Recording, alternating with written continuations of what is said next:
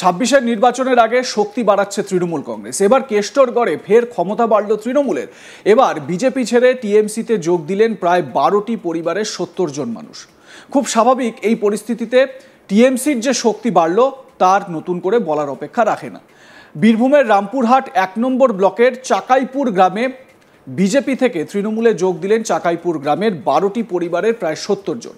চাকাইপুর গ্রাম, এই গ্রামে বিজেপির একটা প্রভাব ছিল বলে জানতে পারা যায় এবং সেই গ্রাম থেকে একই পরিবার 12টি পরিবারের 70 জন যখন তৃণমূল কংগ্রেসে যোগ দিলেন তাতে করে তৃণমূলের একটা অক্সিজেন বাড়তি মাত্রা পেল, সেটা বলাই যায়।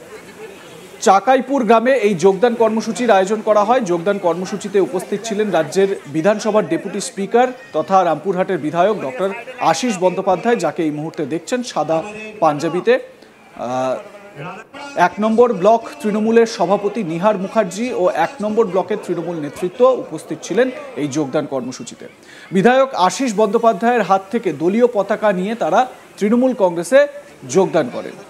বিধায়ক আশিস বন্দ্যোপাধ্যায় জানান, বিধানসভা নির্বাচনের আগেই এই 70 জনের বিজেপি ছেড়ে তৃণমূলে যোগ দেওয়াতে ওই এলাকায় তৃণমূলের সংগঠন আরও শক্তিশালী হবে।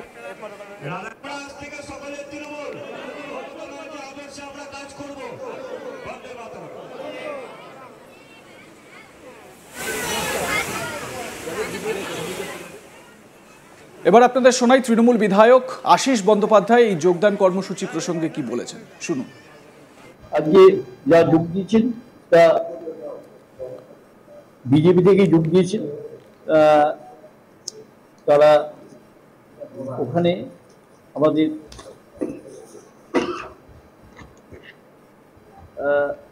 মোট ওখানে 61 জন, মানে মোট 70 জন যোগ দিয়েছেন।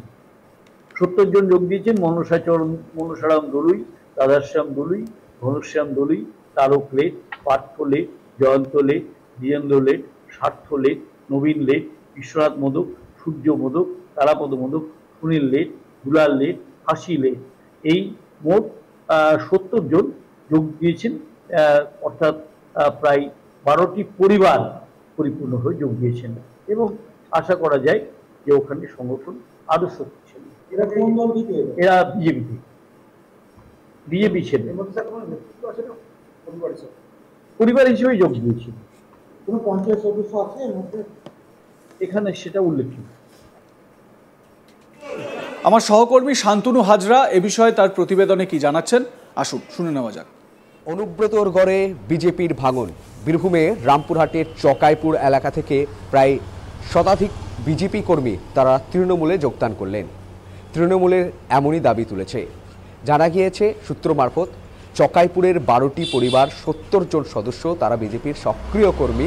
সেই সক্রিয় কর্মীরা এবার তৃণমূলের দলীয় পতাকা হাতে তুলে নিলেন এবং তারা সরাসরি তৃণমূলে যোগদান করলেন।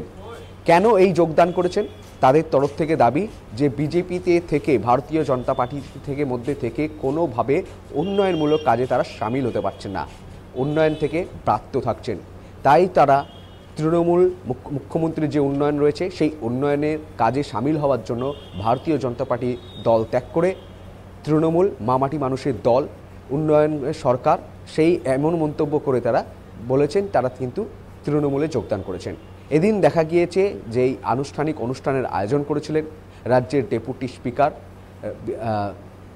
রাজ্য বিধানসভার ডেপুটি স্পিকার আশিস বন্দ্যোপাধ্যায় তথা রামপুরহাটের বিধায়ক আশিস বন্দ্যোপাধ্যায়। এই মুহূর্তে কোর কমিটির চেয়ারপারসন আশিস বন্দ্যোপাধ্যায়, ওনার হাত ধরেই তৃণমূলে যোগদান করলেন ভারতীয় জনতা পার্টির 70 জন সদস্য।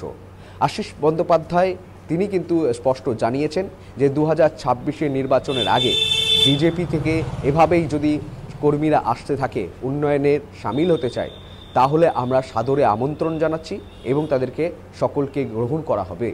আর এই ফলে কিন্তু নির্বাচনে বিজেপির একটি বড় ভাঙন দেখা যাবে। বিজেপি কিন্তু দারুণভাবে অস্বস্তিতে পড়বে নির্বাচন চলাকালীন। কারণ বীরভূমে 11টি বিধানসভা, তার মধ্যে তৃণমূলের দখলে কিন্তু 10টি রয়েছে, একটি মাত্র ভারতীয় জনতা পার্টির দখলে রয়েছে। এই একটি একেবারে বীরভূমে বিজেপি একেবারে শূন্য সিটে তারা দখল করবে, এমনই মন্তব্য করছে বীরভূম জেলা তৃণমূল নেতৃত্ব।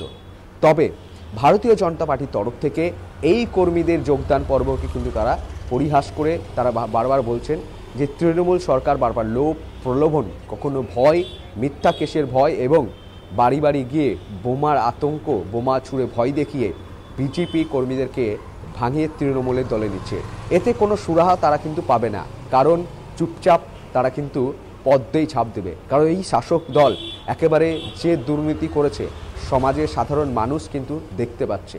স্বচ্ছ ভোট হলে কিন্তু দেখা যাবে যে বিজেপি বীরভূমে জায়গা করে নেবেই, 1 থেকে আরও সংখ্যা বাড়বে, এমনটাই দাবি করছে ভারতীয় জনতা পার্টির নেতৃত্বগণ। তবে দেখার বিষয় যে 2026-এর নির্বাচনে তৃণমূল শক্তিশালী হয়ে ওঠে না ভারতীয় জনতা পার্টি শক্তিশালী হয়ে ওঠে। তবে দেখা যাচ্ছে যে শতাধিক কর্মীদেরকে কিন্তু যোগদান পর্ব করানোর পর কিন্তু বারবার আহ্বান জানিয়েছেন যে সকল ভারতীয় জনতা পার্টি কর্মীরা শাসক দলের উন্নয়নে সামিল হতে চান তাদেরকে কিন্তু সাদরে আমন্ত্রণ জানানো হবে, এমনই মন্তব্য করেছে বীরভূম তৃণমূল নেতৃত্ব। অনুব্রতর গড়ে এর আগে কেষ্ট ফিরতেই বিজেপি ছেড়ে তৃণমূলের যোগদানে যেন হিড়িক পড়ে গেছিল বীরভূমে, আর তাতেই বিপদে পড়ে বিজেপি।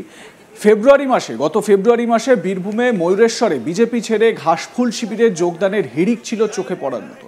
বীরভূমের ময়ূরেশ্বর 2 নম্বর ব্লকের অন্তর্গত পুকুরপাড়া তৃণমূলের ব্লক সভাপতির নেতৃত্বে এই যোগদান পর্ব চলেছিল।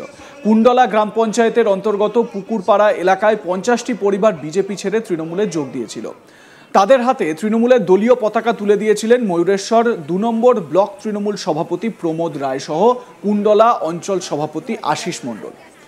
বিজেপি ছেড়ে এত মানুষ তৃণমূল কংগ্রেসে যোগদান করায় স্বাভাবিকভাবেই বিধানসভা নির্বাচনের আগে এই এলাকা কেন্দ্রের শাসক দলের মাথা ব্যথার কারণ হয়ে দাঁড়াবে বলেই মনে করছে রাজনৈতিক মহল। এবারে প্রশ্ন হচ্ছে যে বিজেপি ছেড়ে কেন তৃণমূল কংগ্রেসে যোগদান করছে? খুব স্বাভাবিক একটা বিষয়, কারণ বিজেপির সাংগঠনিক দুর্বলতা। বিজেপির যে ভোট পার্সেন্টেজ, আমরা যদি সার্বিকভাবে ভোট পার্সেন্টেজটা দেখি তাহলে এই যে 38 থেকে 39% ভোট পার্সেন্টেজ এবং তৃণমূল কংগ্রেসের সেই পার্সেন্টেজটা ভোট শতাংশ চলে যাচ্ছে 41, 42, 43%। এই যে ডিফারেন্সটা, এর কারণটাই হচ্ছে গিয়ে সাংগঠনিক দুর্বলতা। উত্তরবঙ্গে যেরকমভাবে স্ট্রং একটা হোল্ড রয়েছে বিজেপির, সেখানে বিজেপির প্রতি মানুষের একটা আস্থা কোথাও না কোথাও তৈরি হয়েছে। দক্ষিণবঙ্গে যদি আমরা দেখি তাহলে দক্ষিণবঙ্গে বিজেপির প্রতি সেই আস্থা বঙ্গবাসীর হচ্ছে না, মানে দক্ষিণবঙ্গবাসী সেই আস্থা কোনো না কোনোভাবে থাকছে না। এবং এই আস্থা অর্জন করতে গেলে কি করতে হয়?